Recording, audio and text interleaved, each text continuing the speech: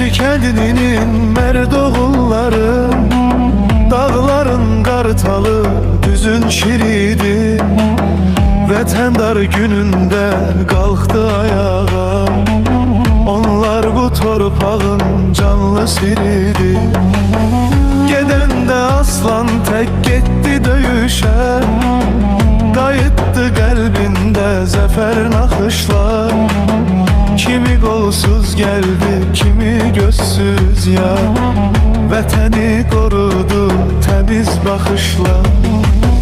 Demirçi elinin gurur yeridi, gaziler bu kendin Polat diridi. Düşman karşısında eğilmez gitti, onlar tarihimin sönmez nurudu. Yarası göynese yüzü gülecek, çünkü Qarabağda izi kalıptı. Herkes bu kenden geçen de bilsin, Burgazir Gazi'nin gözü kalıbıdır.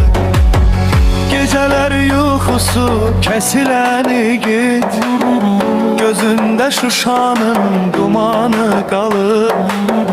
Demirçi kendinin her bir daşında, bir gazi ömrünün zamanı kalır. Demirçi kendini her bir taşında, bir gazi ömrünün zamanı dolu. Herkes bu kenden geçen de bilsin,